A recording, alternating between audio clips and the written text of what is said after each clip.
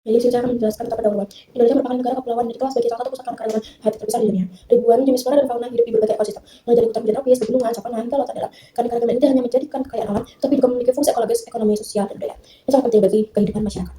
Persebaran flora dan fauna di Indonesia dipengaruhi oleh faktor geografis, iklim, sejarah geologi, dan letak Indonesia yang berada di antara 22 dan 2 samudera. Kondisi unik ini mengatakan 3 zona persebaran utama, yaitu zona Asiatis, zona Australis, dan zona peralihan yang masing-masing memiliki ciri khas dan spesies endemik yang tidak ditemukan di tempat lain. Namun, kekayaan hayati Indonesia menghadapi berbagai ancaman seperti deforestasi, pemburuan liar, alih fungsi lahan, dan perubahan iklim. Oleh karena itu, upaya konservasi menjadikan sangat penting untuk memastikan keberlanjutan ekosistem. Konservasi tidak hanya mencakup perlindungan satwa dan tumbuhan, tapi juga pengelolaan habitat, edukasi masyarakat, serta pelestarian plasma untuk kebutuhan generasi mendatang. Memahami manfaat flora dan fauna serta persebaran di Indonesia menjadi langkah awal dalam mendukung pelestarian, pengembangan ilmu pengetahuan, dan penguatan kebijakan pengelolaan sumber daya alam secara berkelanjutan. Lalu di sini saya akan menjelaskan faktor yang mempengaruhi persebaran flora dan fauna. Yang pertama, yaitu ada geografis, yaitu letak Indonesia di antara Asia hingga Australia yang membuat jenis flora dan faunanya beragam. Yang kedua, ada garis Walleyes dan Bieber, yaitu batas geografis yang memisahkan spesies Asiatis, peralihan, dan Australis. Yang ketiga, ada curah iklim, yaitu curah hujan tinggi, suhu hangat, dan kelembapan besar mempengaruhi jenis tumbuhan dan hewan yang dapat hidup. Yang kelima ada fisiografi, yaitu jenis tanah, ketinggian, dan topografi menentukan jenis habitat. Yang keenam ada biotik, yaitu persaingan, predasi, dan simbiosis mempengaruhi keberadaan spesies. Yang ketujuh ada aktivitas manusia, yaitu deforestasi, pertanian, dan konservasi mengubah persebaran spesies. Sekian dari presentasi saya, terima kasih. Zona persebaran Indonesia bagian barat. 1. Wilayah meliputi Sumatera, Kalimantan, Jawa, Bali, dan pulau sekitarnya. Kawasan ini berada di sebelah barat garis Wallace dan memiliki kemiripan besar dengan wilayah Asia. Kedua, sejarah geologi. Pada zaman es, wilayah ini tersambung dengan daratan Asia melalui paparan Sunda. Hewan dan tumbuhan Asia bermigrasi ke Indonesia bagian barat. Setelah terpisah oleh kenaikan air laut, banyak spesies berkembang menjadi endemik. Ketiga, flora. Didominasi hutan hujan tropis yang lebat dan selalu hijau. Tumbuhan khas, meranti, rotan, kasturi, kayu ulin, rafflesia arnoldi, dan bunga bangkai raksasa. Serta memiliki hutan rawa gambut yang unik di Sumatera dan Kalimantan. Keempat adalah fauna. Fauna cenderung bertubuh besar dan mirip fauna Asia. Hewan khasnya adalah harimau Sumatera, gajah Sumatera, badak Jawa, orangutan, bekantan, dan juga beruang madu. Banyak juga primata, mamalia besar, dan juga burung hutan. Kelima, iklim. Iklim tropis basah dengan curah hujan tinggi dan suhu hangat sepanjang tahun, mendukung hutan yang rimbun dan keanekaragaman yang sangat tinggi. Zona persebaran Indonesia bagian tengah. Zona Indonesia bagian tengah atau zona peralihan meliputi Sulawesi, Nusa Tenggara, dan Kepulauan Maluku.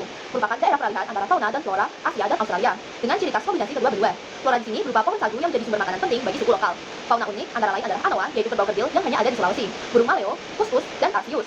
Wilayah ini berada di antara garis Wallace barat dan garis Weber timur, sehingga memiliki keanekaragaman unik. Zona Indonesia bagian timur, yaitu meliputi Papua dan Pulau-Pulau Australia. Wilayah ini memiliki hubungan erat dengan benua Australia dan Papua Nugini. Flora didominasi oleh pohon eukaliptus dan berbagai tumbuhan khas Australia. Fauna khas antara lain yaitu ada kanguru, pohon purutrawasi yang memiliki warna-warni indah, perangkap sari, dan berbagai marsupial. Ekosistem di sini berbeda dengan barat dan tengah, memberikan kontribusi unik pada keanekaragaman hayati Indonesia. Manfaat konservasi fauna yaitu yang pertama menjaga rantai makanan agar tetap seimbang di alam, yang kedua melindungi spesies dari kepunahan akibat perburuan dan hilangnya habitat, yang ketiga menjadi sumber penelitian dan pendidikan bagi pengetahuan, yang keempat menjaga keanekaragaman hayati yang penting bagi keanekaragaman di bumi, dan yang terakhir yaitu ada meningkatkan nilai ekonomi melalui ekowisata dan kegiatan pelestarian alam. Terima kasih. Nah, yang kedua ada manfaat konservasi flora atau tumbuhan. Nah, di manfaat konservasi flora atau tumbuhan kita punya 5 manfaat. Yang pertama ada mencegah keseimbangan ekosistem tumbuhan. Nah, untuk menghasilkan oksigen dan menjadi sumber makanan bagi makhluk hidup lain. Yang kedua ada mencegah kepunahan spesies langka agar tetap bisa dilestarikan untuk generasi mendatang. Yang ketiga mencegah kesuburan tanah melalui akar yang mencegah erosi dan menjaga siklus air. Yang keempat sebagai sumber obat dan bahan pangan alami bagi manusia. Yang kelima ada mendukung keindahan dan pariwisata alam seperti taman nasional, hutan wisata, dan cagar alam lainnya.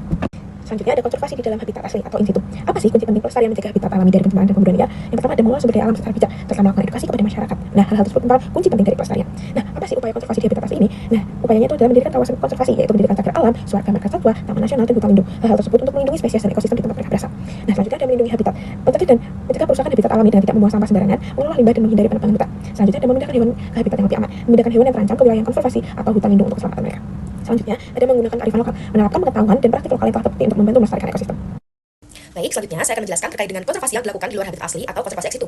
Nah, seperti yang kita semua ketahui, konservasi sendiri itu memiliki pengertian yaitu upaya pengelolaan atau pelestarian sumber daya alam sebaik mungkin. Nah, kali ini saya akan menjelaskan terkait dengan contoh-contoh konservasi ex situ yang telah diadakan di Indonesia. Seperti yang pertama adalah Taman Safari. Taman Safari itu menciptakan lingkungan buatan yang semirip mungkin dengan habitat asli hewan untuk edukasi dan juga konservasi. Kemudian yang kedua ada kebun binatang. Kebun binatang merawat hewan di lingkungan buatan untuk tujuan rekreasi, edukasi, penelitian, dan pelestarian. Kemudian yang ketiga ada kebun raya atau kebun botani yang dimana ia menanam dan merawat berbagai jenis tumbuhan untuk penelitian, pendidikan, dan pengembangan ilmu pengetahuan. Kemudian ada juga penangkaran yang dimana ia membiarkan spesies yang terancam punah baik hewan maupun tumbuhan melalui metode seperti inseminasi buatan pada hewan dan kultur jaringan pada tumbuhan. Nah, kemudian saya juga akan menjelaskan terkait dengan peran masyarakat dalam konservasi flora dan fauna.